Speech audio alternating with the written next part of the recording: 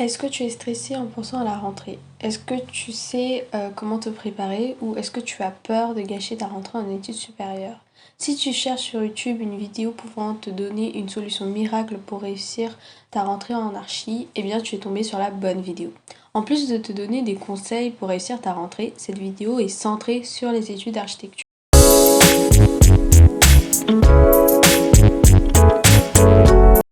Pour commencer, parlons matériel. L'architecture, c'est avant tout une discipline où l'outil de travail est crucial.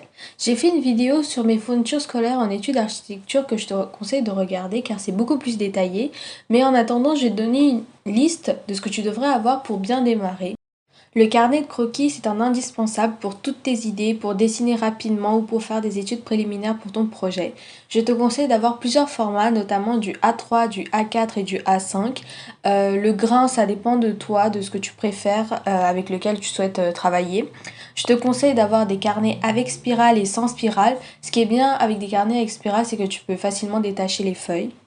Ensuite, on va passer aux instruments de dessin, notamment les crayons, les stylos à encre, les feutres blancs, les feutres noirs, les règles, les équerres, les compas, bref, l'attirail complet. Ensuite, on va passer à l'ordinateur portable et au logiciel. Assure-toi que ton ordinateur soit assez puissant pour faire tourner tous les logiciels CAO, DAO, comme par exemple AutoCAD, Revit ou Archicad. Pense à te familiariser avec les logiciels que tu n'as pas encore utilisés. Pour les étudiants qui vont rentrer en première année, je pense que ça doit pas du tout vous parler. Eh bien, c'est normal, vous n'allez pas vous en faire. Si vous avez un ordinateur, essayez de voir si ces logiciels sont compatibles avec votre ordinateur. Si c'est pas le cas, essayez déjà de commencer à chercher des ordinateurs et essayez de voir déjà à quoi ressemblent ces logiciels, même si vous n'avez pas encore accès à ces logiciels.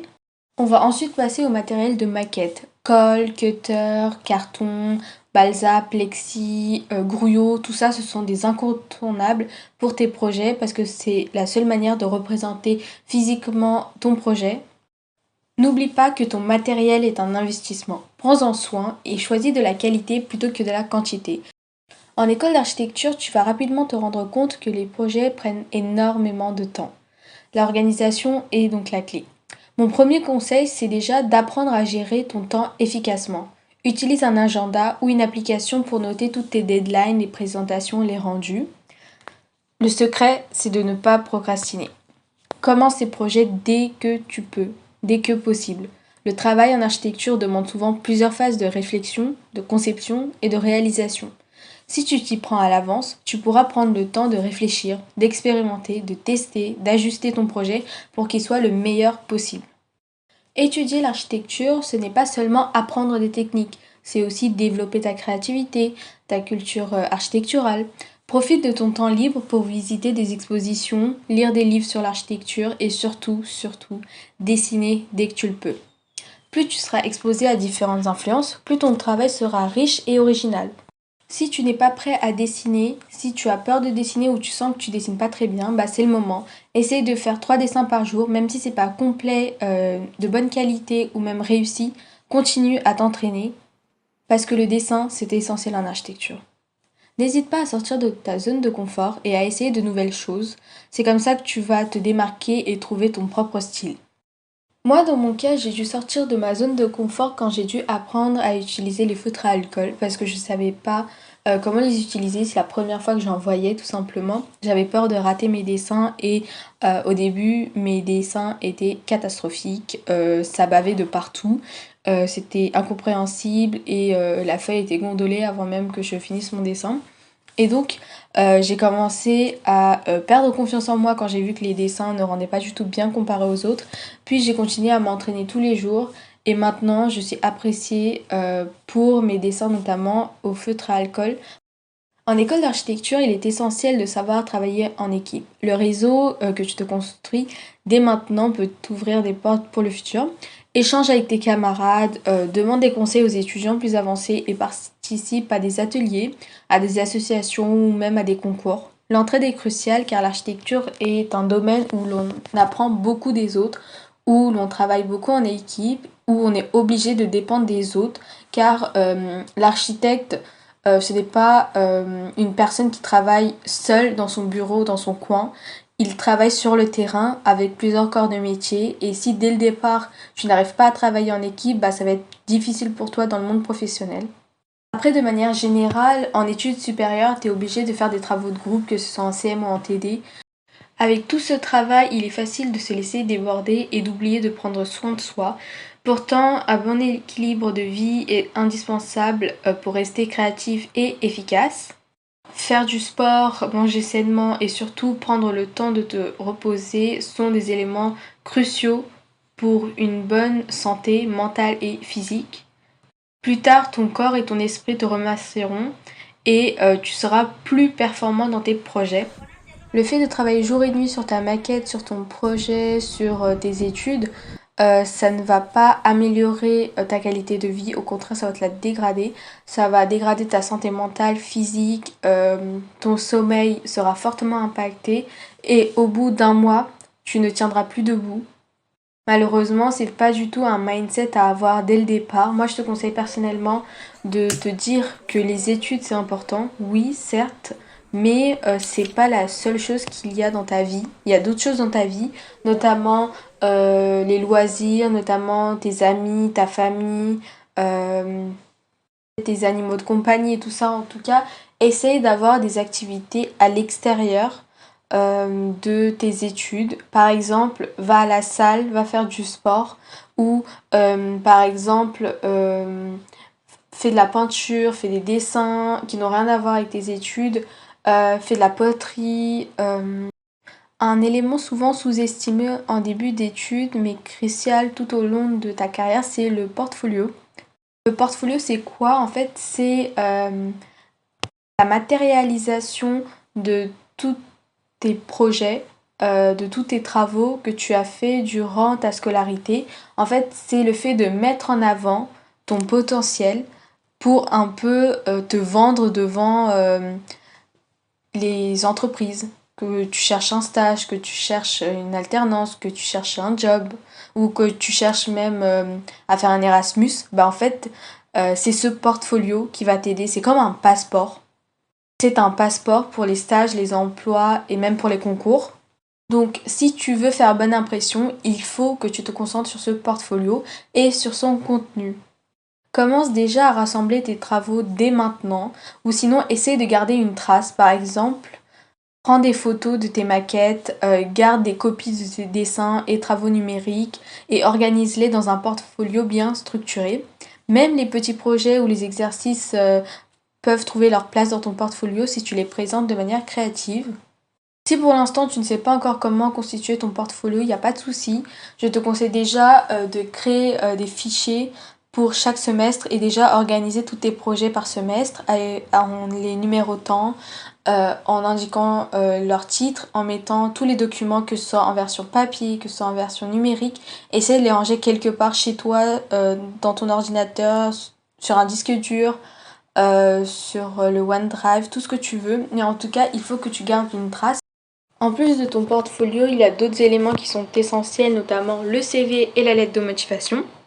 Parce que quand tu as postulé pour un stage, tout simplement, il faut que tu donnes un CV et une lettre de motivation. Un CV, c'est pour voir ton expérience professionnelle, pour voir tes compétences, c'est pour voir notamment la formation que tu suis, en quelle année tu es, tes coordonnées. Lettre de motivation, bah, c'est pour tout simplement montrer ta motivation.